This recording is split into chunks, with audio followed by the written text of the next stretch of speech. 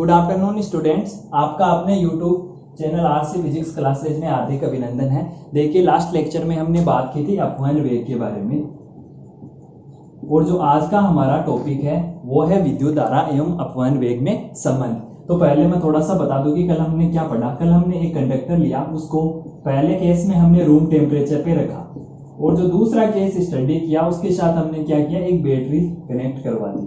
तो हमने देखा कि जो पहला केस है रूम टेम्परेचर पे जब रखा तो इसमें जो उपस्थित फ्री इलेक्ट्रॉन्स है उनका जो औसत वेग है वो कितना प्राप्त हुआ था, हमें 0 प्राप्त हुआ था। और जब बैटरी कनेक्ट की तो उस टाइम जो औसत वेग था उसको हमने किससे रिप्रेजेंट किया था, डी से रिप्रेजेंट किया था। डी का मतलब होता है ड्रिफ्ट और वी का मतलब होता है वेलोसिटी। तो आज देखिए हमारा जो नेक्स्ट टॉपिक है वो है विद्युत धारा एवं अपवहन वेग में संबंध। विद्युत धारा को आई से डिनोट किया जाता है और अपवहन वेग को किससे डिनोट किया जाता है, डी से डिनोट किया जाता है। तो देखिए, अभी ये हमने एक कंडक्टर ले लिया जिसका क्रॉस सेक्शन एरिया क्या है, ए, जिसको हिंदी में बोला जाता है अनुप्रस्थ काट क्षेत्रफल, और इसकी जो लेंथ है वो है स्मॉल एल, और इसके साथ हमने 20 वोल्ट की कोई बैटरी कनेक्ट करवा दी। तो आपको मैंने कल लास्ट लेक्चर में समझाया था कि जब हम किसी कंडक्टर को बैटरी से कनेक्ट करते हैं तो उसके एक सिरे पे प्लस आ जाता है और एक सिरे पे क्या आ जाता है, माइनस आ जाता है, जिसको हमने क्या नाम दिया था, इलेक्ट्रिक फील्ड नाम दिया था। अब मुझे बताओ, देखो जब आपने इसे बैटरी कनेक्ट करवा दी तो ये जो सारे के सारे फ्री इलेक्ट्रॉन्स है वो एक ही डायरेक्शन में मूव कर रहे हैं, यानी इलेक्ट्रॉन्स का क्या हो रहा है, मूवमेंट हो रहा है। और आपको मैंने इस चैप्टर की स्टार्टिंग में ही पढ़ाया था कि जो इलेक्ट्रॉन्स का मूवमेंट है वो किसको प्रोड्यूस करता है, करंट को, यानी इलेक्ट्रॉन्स का चलना विद्युत धारा को जन्म देता है। तो बताओ यहाँ पे करंट बनेगी, तो जो करंट बनेगी उसका फॉर्मूला क्या हो जाएगा, Q/T। इसको मैंने नाम दे दिया समीकरण फर्स्ट। अब हमारा काम है, पहले तो हम Q का मान निकालेंगे और फिर हम किसका मान निकालेंगे, T का मान। एक बार रिपीट कर देता हूं, आपने क्या किया कि ये आपने एक कंडक्टर लिया, उसको किसी बैटरी से कनेक्ट करवाया, तो इसमें जो उपस्थित इलेक्ट्रॉन्स है उन पर इस बैटरी के कारण बल लगेगा, और उस बल की जो डायरेक्शन होगी वो विद्युत क्षेत्र के क्या होगी, विपरीत होगी। तो जब ये इलेक्ट्रॉन मूवमेंट करेंगे तो यहाँ पे एक करंट का निर्माण होगा, और उस करंट का फॉर्मूला क्या होता है, Q/T। तो अब हमारा काम पहले तो है कि आवेश का मान कितना होगा, यानी हमें सर्वप्रथम क्या निकालना पड़ेगा, Q निकालना पड़ेगा इस फॉर्मूले के अकॉर्डिंग, और उसके बाद हमें किसका मान ज्ञात करना पड़ेगा, T, यानी समय का मान निकालना है। अब देखिए, मैं Q का मान निकालने के लिए सबसे पहले पूछना चाहता हूं कि आप बताएं इस कंडक्टर का आयतन कितना होगा। मैंने क्या पूछा कि चालक का आयतन क्या होगा। तो देखो, आपने आयतन का फॉर्मूला पढ़ा है, क्या पढ़ा है, क्षेत्रफल इंटू दूरी, या इसको ऐसे भी लिखा जा सकता है क्षेत्रफल इंटू लंबाई। अब मुझे बताओ, मैंने इस जो कंडक्टर लिया है उसका क्षेत्रफल आपको कितना बताया, कैपिटल ए। तो यहां आप क्षेत्रफल की जगह क्या रख दोगे, कैपिटल ए। और बताओ इसकी जो डिस्टेंस, दूरी या जो लंबाई है वो कितनी ले रखी है, स्मॉल एल। तो आप दूरी या लंबाई की जगह क्या रख दोगे, स्मॉल एल। तो बताओ इसका आयतन एल हुआ या नहीं हुआ। क्या कहा मैंने कि चालक का आयतन कितना होगा, तो आयतन होता है क्षेत्रफल इंटू दूरी, या ऐसे भी बोला जा सकता है क्षेत्रफल इंटू लंबाई। आपको कंडक्टर का क्षेत्रफल कितना दिया है, ए, और लंबाई कितनी दी हुई है, एल। तो कितना आयतन आ गया, ए इंटू एल। अब देखो नेक्स्ट, माना कि इस चालक के एकांक आयतन में उपस्थित इलेक्ट्रॉनों की संख्या स्मॉल n है। हमने मान लिया, हमने क्या माना कि जो इसका एकांक आयतन है, यानी इसका जो छोटा सा एक आयतन है उसमें जो उपस्थित इलेक्ट्रॉनों की संख्या कितनी है, n। तो मुझे बताओ इसके संपूर्ण आयतन में कितने इलेक्ट्रॉन उपस्थित होंगे। तो इसके संपूर्ण आयतन में उपस्थित इलेक्ट्रॉन्स की संख्या बताओ, n a l नहीं हो जाएगी। अब मैं इसको ऐसे समझाता हूं कि सपोज दैट 5 आदमी 10 सेब खाते हैं, तो अगर आपको कोई पूछे कि बताइए 100 आदमी कितने सेब खाएंगे, तो जब ये बताओ कि जब 5 आदमी 10 सेब खाते हैं तो पहले आप ये नहीं करोगे कि एक आदमी के लिए निकाल लो, तो एक आदमी कितने सेब खाएगा, 10/5 यानी 2 सेब। तो जब एक आदमी 2 सेब खाता है तो बताइए 100 आदमी कितने खाएंगे। आप क्या करोगे, 100 को 2 से मल्टीप्लाई कर दोगे तो कितने सेब आ जाएंगे, 200 सेब। तो अगर हमें एकांक का मान दिया हुआ हो और अगर संपूर्ण का पूछा हो तो हम आराम से ज्ञात कर सकते हो। देखो यहाँ पे हमें बताया गया था कि एक आदमी कितने सेब खाता है, 2। तो अब हम कितनों के लिए निकाल सकते हैं, 100 के लिए निकाल सकते हैं। सकते हैं, 1000 के लिए निकाल सकते हैं, 500 के लिए निकाल सकते हैं। तो उसी प्रकार यहाँ पे हमने लिखा कि एकांक आयतन में उपस्थित इलेक्ट्रॉन कितने हैं, n। तो संपूर्ण आयतन, और संपूर्ण आयतन कितना है, Al। तो Al में उपस्थित इलेक्ट्रॉन कितने होंगे कि जो एक में उपस्थित है उसको उस आयतन से आप क्या कर दोगे, मल्टीप्लाई। तो यहाँ इलेक्ट्रॉनों की संख्या क्या आ जाएगी, NaL।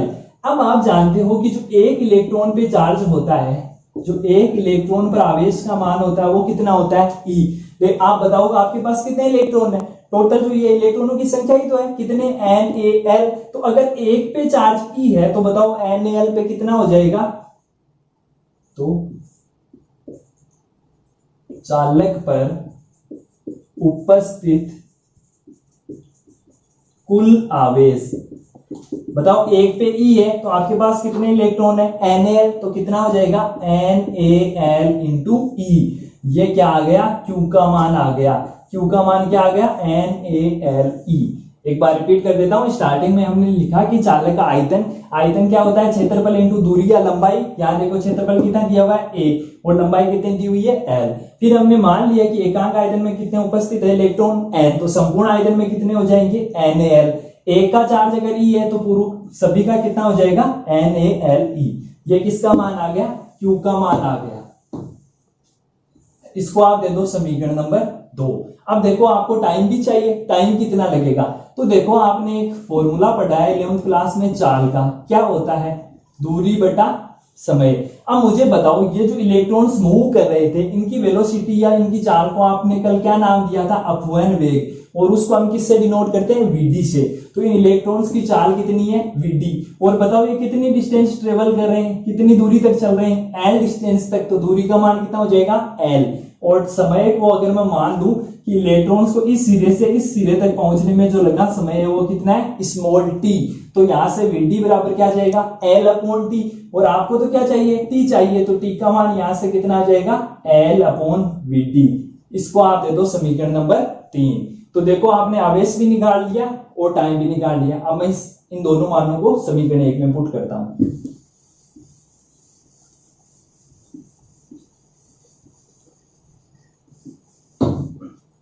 तो इक्वेशन 1, 2 व 3 से I बराबर Q अपॉन T। बताओ यहाँ Q का मान कितना है, NaLe। तो लिख दो NaLe। और T का मान कितना है, L अपॉन Vd। तो देखो इसको क्या लिखा जा सकता है, NaLe अपॉन L Vd, ऊपर चला जाएगा। तो देखो L से L कैंसिल आउट। तो I का फॉर्मूला क्या आ गया, NaeVd।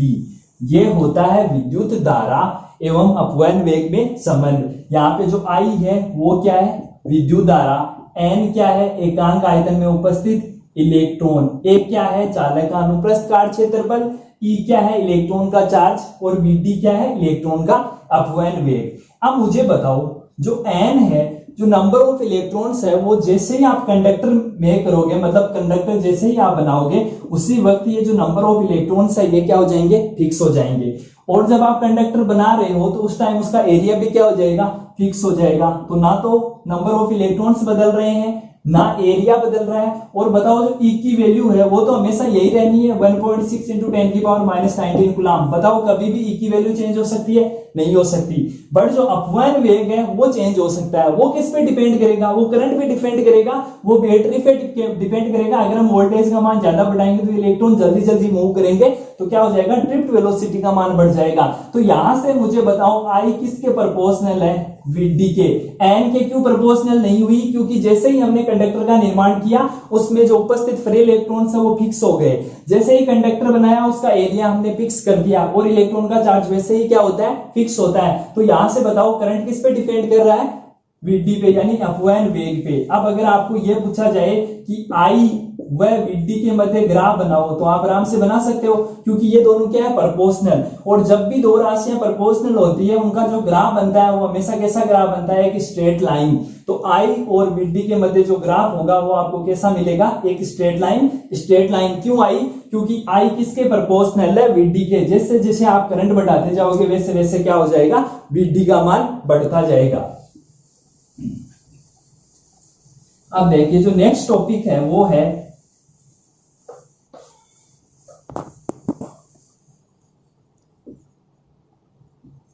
अपवयन वेग एवं विभवांतर के मध्य संबंध। किन किन के मध्य आपको संबंध पूछा है? अपवयन वेग व विभवांतर के मध्य। तो अपवयन वेग को हम Vd से रिप्रेजेंट करते हैं और विभवांतर को किससे रिप्रेजेंट करते हैं? V से। तो आपको Vd और V में रिलेशन फाइंड करना है। अब मुझे बताओ, अपवयन वेग का फॉर्मूला आपने कल पढ़ा था, क्या पढ़ा था? E to E upon ME। यहाँ पे कल जो आपने पढ़ा था वो सदिश रूप पढ़ा था, तो यहाँ पे नेगेटिव था। अगर मैं मैग्नीट्यूड लेना चाहूं तो क्या हो जाएगा? E to E upon ME।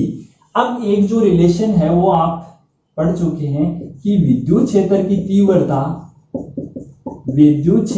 तीव्रता एवं विद्युत विभव में संबंध, और वो संबंध होता है E बराबर V अपॉन L, या होता है E बराबर V upon D। D distance होती है और यहाँ जो कंडक्टर की लेंथ थी वो हमने कितनी ले रखी थी?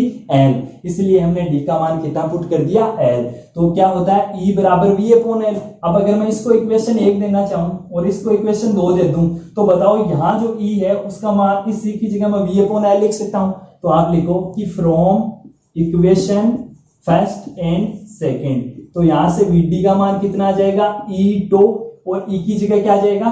V अपॉन L, और यहाँ नीचे क्या आ जाएगा? ME। तो ये जो रिलेशन होता है वो क्या होता है कि अपवयन वेग एवं विभवांतर में संबंध। Vd बराबर E टो, यहाँ पे जो V है वो क्या है? विभवांतर। तो अभिस्थान निकाल, E क्या है? इलेक्ट्रॉन का चार्ज, और ME क्या है? मास ऑफ इलेक्ट्रॉन, और L क्या है? L है चालक की लंबाई। तो यह था अपवयन वेग एवं विभवांतर के मध्य संबंध। देखिए नेक्स्ट टॉपिक है ओम का नियम, ओम्स लॉ। ओम नाम का एक साइंटिस्ट था जिसका पूरा नाम था जॉर्ज साइमन ओम।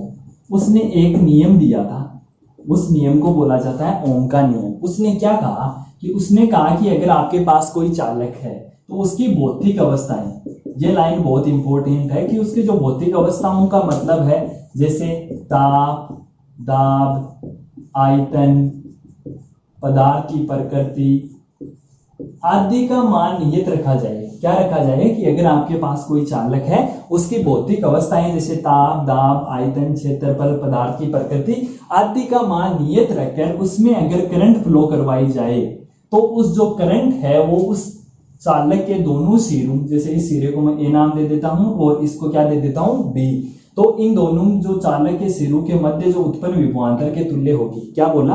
कि अगर किसी चालक की भौतिक अवस्थाएं जैसे ताप, दाब आदि को नियत रखा जाए तो चालक में प्रवाहित धारा उस चालक के सिरों पर उत्पन्न विभवांतर के क्या होती है? समानुपाती। अर्थात अगर मैं इन दोनों के मध्य का विभवांतर V बोलूं और इसमें प्रवाहित धारा I बोलूं तो क्या आ जाएगा? V समानुपाती I। तो ये ओम के नियम का स्टेटमेंट था कि किसी चालक की भौतिक अवस्थाएं ताप, दाब, आयतन, पदार्थ की प्रकृति आदि को नियत रखते हुए उसमें जो प्रवाहित धारा है उसके सिरों पर उत्पन्न विभवांतर के क्या होती है? समानुपाती। अब देखिए, आप जब समानुपाती का चिन्ह हटाओगे तो यहाँ एक कांस्टेंट आएगा, उस कांस्टेंट को क्या बोला जाता है? R, और इसको बोला जाता है प्रतिरोध। R को किससे डिनोट किया जाता है? या R क्या है यहाँ पे? प्रतिरोध। यहां से अगर मैं R निकालना चाहूं तो बताओ क्या आ जाएगा? V upon I। ठीक है, यहाँ पे आपने क्या पढ़ा कि V प्रोपोर्शनल टू I, तो जैसे ही आपने प्रोपोर्शनलिटी का साइन हटाया तो यहाँ पे एक नया कांस्टेंट आ गया जिसको R बोला जाता है, और R का मतलब है प्रतिरोध। अब अगर मैं कहूं, देखो आपको मैं दो ग्राफ बताता हूं। जो पहला ग्राफ है वो है V व I के मध्य ग्राफ। किन किन के मध्य ग्राफ है? V व I के मध्य। अब बताओ V और I एक दूसरे के क्या है? प्रोपोर्शनल, यानी जैसे जैसे आप वोल्टेज बढ़ाओगे वैसे वैसे कौन बढ़ेगा? करंट बढ़ेगा। तो इनके मध्य बताओ जो ग्राफ बनेगा, अगर मैं इस पे V ले लेता हूं y एक्सिस पे और x एक्सिस पे I ले लेता हूं तो ग्राफ कैसा बनेगा? एक स्ट्रेट लाइन। स्ट्रेट लाइन क्यों बन रही है? क्योंकि जब दो राशियां एक दूसरे के प्रोपोर्शनल होती है तो हमेशा जो ग्राफ आता है वो कैसा आता है? Straight line. क्यों आएगा? क्योंकि जैसे जैसे आप V को इंक्रीज करोगे वैसे वैसे क्या हो जाएगा? I इंक्रीज हो जाएगा, और जैसे जैसे आप V को डिक्रीज करोगे वैसे वैसे कौन डिक्रीज हो जाएगा? I। तो जब आप V और I के मध्य ग्राफ बनाओगे तो वो हमेशा आपको कैसा मिलेगा? एक स्ट्रेट लाइन। अब मैं आपको थोड़ा सा प्रवणता का कॉन्सेप्ट बताता हूं। आपने छोटी क्लासों में हो सकता है पढ़ रखा हो। प्रवणता को M से रिप्रेजेंट किया जाता है, और इसको टेन थीटा से भी रिप्रेजेंट किया जाता है और इसका फॉर्मूला होता है y अपॉन x। अब ये होती क्या है, देखो प्रवणता की डेफिनेशन ये होती है कि कोई भी रेखा जो x एक्सिस के साथ जितना कोण बनाए उसका जो टेन होता है ना वो उसकी प्रवणता को व्यक्त करता है। क्या डेफिनेशन बोली प्रवणता की कि कोई भी रेखा x एक्सिस के साथ जितना कोण बनाती है उसका जो टेन होता है ना वो किसको व्यक्त करता है, प्रवणता को। तो m बराबर ten theta is equal to y upon x। तो यहां देखो y एक्सिस पे आपने किसको ले रखा है, वेलोसिटी को, और x एक्सिस पे आपने किसको ले रखा है, करंट को। तो डॉट डॉट लाइन से आप इसको मिला दो। तो अब देखो y एक्सिस पे आपने किसको ले रखा है, v को, और x एक्सिस पे किसको ले रखा है, i को। तो यहां से अगर मैं आपको प्रवणता पूछूं तो m बराबर टेन थीटा बराबर y पे देखो कौन आ रहा है, v, तो आप क्या लिख दोगे, v, और x एक्सिस पे कौन है, i, और v अपॉन i को आप किससे डिनोट करते हो, r से। तो देखो यहां से एक क्वेश्चन भी पूछा जा सकता है। क्या क्वेश्चन पूछा जा सकता है कि बताइए v और i के मध्य जो ग्राफ की प्रवणता किसको व्यक्त करती है। तो v और i के मध्य ग्राफ की प्रवणता देखो किसको व्यक्त करती है, प्रतिरोध को व्यक्त करती है। और अगर यही ग्राफ देखो i और v के मध्य होता तो क्या होता, देखिए I व V के मध्य ग्राफ, तो आप x एक्सिस पे y एक्सिस पे ले लो I को और x एक्सिस पे किसके ले लो, V को। अब ये भी दोनों प्रोपोर्शनली है, 20 समानुपाती I समानुपाती V है, तो प्रोपोर्शनली यानी जैसे जैसे आप करंट का मान बढ़ाओगे वैसे वैसे क्या हो जाएगा, वोल्टेज का मान बढ़ जाएगा। तो ग्राफ तो कैसा बनेगा, स्ट्रेट लाइन ही बनेगा। अब मुझे बताओ प्रवणता फिर यहां आएगी, तो प्रवणता m बराबर टेन थीटा, यानी कोई भी रेखा जो x एक्सिस के साथ जितना कोण बनाती है उसका टेन किसको बताता है, प्रवणता को। फॉर्मूला क्या होता है, y अपॉन x। तो m बराबर टेन थीटा, y बताओ, y पे आप इस बार कौन है, y पे देखो कौन सा है, i, और x एक्सिस पे कौन है, v। तो क्या हो जाएगा i अपॉन v, और याद करो r तो क्या होता था, v अपॉन i। अगर मैं इसको i अपॉन v बनाऊं तो क्या ये 1 अपॉन r नहीं हो जाएगा, ये सोनो, यानी इसका आपने उल्टा कर दिया तो ये क्या हो जाएगा, 1 अपॉन r। तो यहाँ क्या आ जाएगा, 1 अपॉन r। तो देखो यहाँ दो इंपॉर्टेंट क्वेश्चन बनते हैं कि v और i के मध्य ग्राफ की प्रवणता किसको शो करती है, प्रतिरोध को, और I और V के मध्य ग्राफ की जो प्रवणता है होती है वो किसके बराबर होती है, वो होती है प्रतिरोध के युतक्रम के तुल्य। तो V और I के मध्य जो ग्राफ की प्रवणता है वो तो प्रतिरोध को शो करती है, और I और V के मध्य ग्राफ की जो प्रवणता है वो प्रतिरोध के युतक्रम को शो करती है। देखिए नेक्स्ट क्वेश्चन, एक क्वेश्चन है कि किसी चालक के लिए V व I के मध्य ग्राफ प्रदर्शित है, तो चालक का क्या ज्ञात करो, प्रतिरोध ज्ञात करो। V और I के मध्य आपको ग्राफ दिए हुए हैं और आपको क्या निकालना है, चालक का प्रतिरोध निकालना है। तो देखिए जो पहला ग्राफ है वो किसके मध्य है, V और I के मध्य, यानी y एक्सिस पे आपने V ले रखा है और x एक्सिस पे I ले रखा है। दूसरा जो ग्राफ है उसमें आपने y एक्सिस पे I ले रखा है और x एक्सिस पे किसको ले रखा है, V को। I एम्पियर में है और V किस में है, वोल्ट में है। तो अब देखो आप इसका प्रतिरोध, अब तो इसकी जो प्रवणता है m बराबर टेन थीटा, अभी अभी आपने पढ़ा था y अपॉन x, तो y पे देखो कौन है, v, और x एक्सिस पे कौन है, I।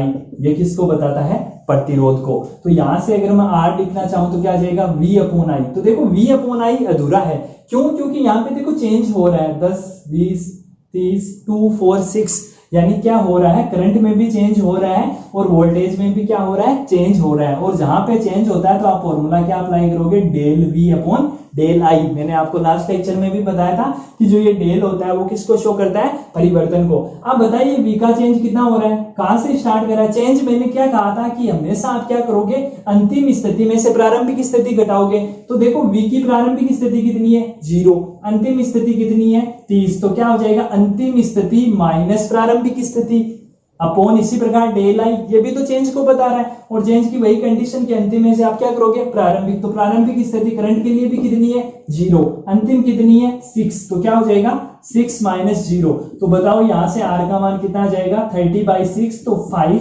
ओम। जो प्रतिरोध होता है उसका मात्रक क्या होता है, ओम। तो यहाँ पे क्या आ गया, 5 ओम। यहाँ पे मैंने डेल क्यू बताया, डेल क्यू लिखा इसलिए लिखा क्योंकि ये चेंज हो रहा है। पहले जैसे मान लो कि जब आपने 2 एम्पियर करंट फ्लो करवाया तो वोल्टेज कितना था, 10 वोल्ट था। 4 एम्पियर करवाया तो कितना था, 20। तो ये क्या हो रहा है, चेंज हो रहा है। अब देखिए नेक्स्ट, यहाँ पे जो ग्राफ है वो किस किस के मध्य है, आई और बी के मध्य है। और आप जब इसकी प्रवणता निकालोगे m बराबर टेन थीटा बराबर y अपॉन x, तो देखो y एक्सिस पे कौन है i, x एक्सिस पे कौन है v, तो i अपॉन v किसके बराबर होता है 1 अपॉन r के। तो यहां से अगर मैं i अपॉन v निकालना चाहूं तो 1 अपॉन r आ जाएगा, और यहां से अगर मैं r निकालना चाहूं तो क्या आएगा v अपॉन i, तो वही del v upon del i। तो बताइए डेल v में देखो कितना चेंज हो रहा है, प्रारंभिक कितना है 0, अंतिम कितना है 3, तो 3 माइनस 0, और i का प्रारंभिक कितना है 0, अंतिम कितना है 15, तो 15 माइनस 0, तो यहां से r का मान क्या आ गया 3/15, 1 अपॉन 5, तो कितना आ गया 0.2 ओम। तो अगर I और B के मध्य ग्राफ हो तो उसकी प्रवणता प्रतिरोध के व्युत्क्रम को बताती है, और अगर V और I के मध्य ग्राफ हो तो उसकी प्रवणता किसको बताती है, प्रतिरोध को बताती है। जो नेक्स्ट टॉपिक है वो है प्रतिरोध, जिसको R से रिप्रेजेंट किया जाता है। प्रतिरोध होता क्या है, प्रतिरोध होता है कि किसी चालक के आवेश प्रवाह में उत्पन्न अवरोध ही क्या कहलाता है, प्रतिरोध। तो प्रतिरोध की क्या डेफिनेशन हो गई कि किसी चालक में जब आवेश प्रवाहित हो रहे हो उनके अगर मार्ग में कोई रुकावट आ जाए तो वो क्या कहलाती है, प्रतिरोध। इसको आप किससे रिप्रेजेंट करते हो, R से। तो R का फॉर्मूला क्या होता है V अपॉन I। तो प्रतिरोध की देखो दूसरी परिभाषा यह भी दी जा सकती है कि किसी चालक के सिरों पर उत्पन्न विभवांतर व उसमें प्रवाहित धारा का जो अनुपात होता है वो क्या कहलाता है, प्रतिरोध। अब इसका एक और फॉर्मूला होता है, वो होता है ML अपॉन NE²/A। अब देखिए ये फॉर्मूला कैसे आया होगा, तो मैं पहले आपको इस फॉर्मूले का डेरिवेशन बताता हूं। क्या लिखा, ML अपॉन NE²/A। R क्या होता है कि किसी भी चालक के सिरों पर उत्पन्न विभवांतर व धारा का जो अनुपात होता है वो किसको बताता है, प्रतिरोध को। तो अब हम इस फॉर्मूले को डिराइव करेंगे। तो देखो R बराबर आपने क्या लिखा V अपॉन I। अब आप I का मान जानते हो, आपने अभी भी फॉर्मूला निकाला है। I बराबर क्या होता है NaEVd। ये ऐसा क्यों लिखा, क्योंकि I का फॉर्मूला होता है, क्या होता है NaEVd। ठीक है, अब देखो V अपॉन NaE। अब बताओ Vd का भी आप फॉर्मूला पढ़ चुके हो, क्या होता है E/E अपॉन M। ऐसा क्यों लिखा, क्योंकि आप जानते हो Vd का फॉर्मूला क्या होता है E/E अपॉन M।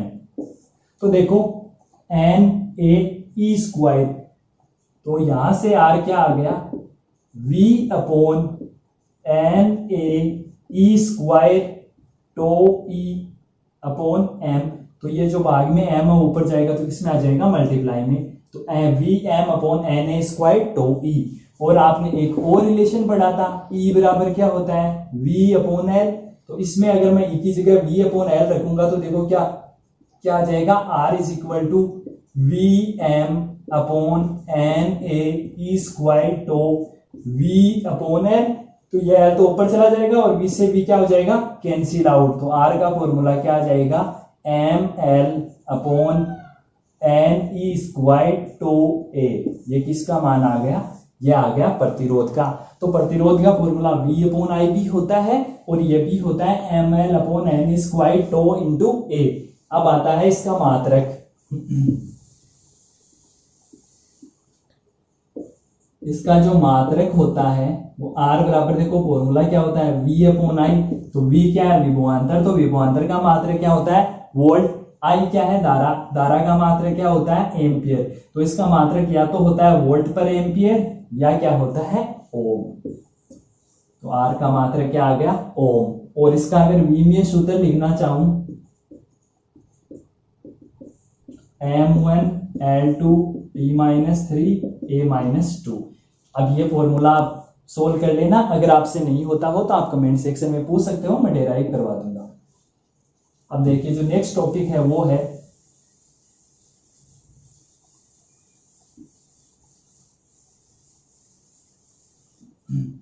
प्रतिरोधकता।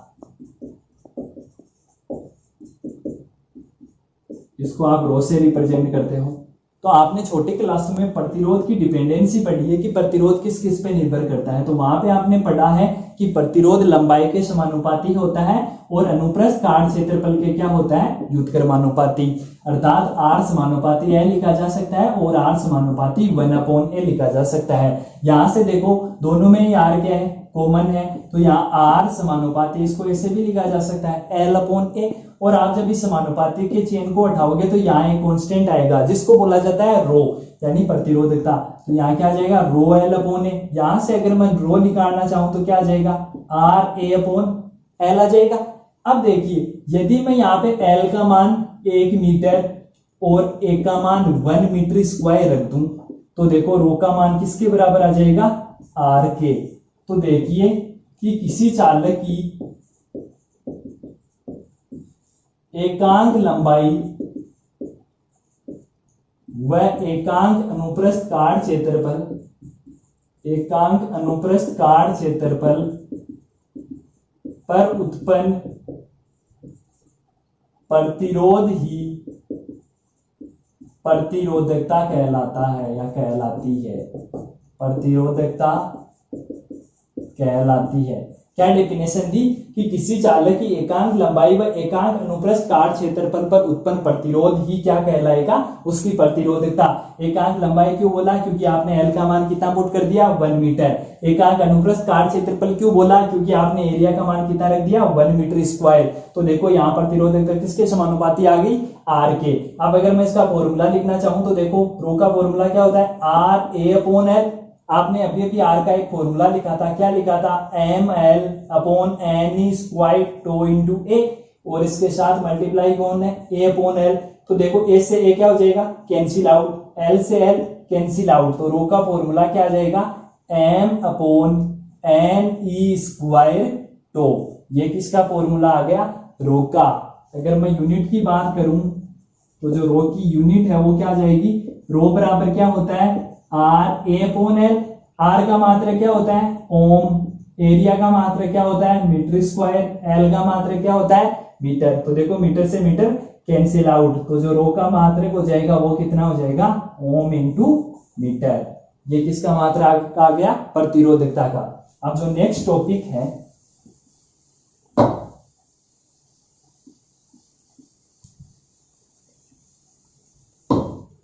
वो है चालकता।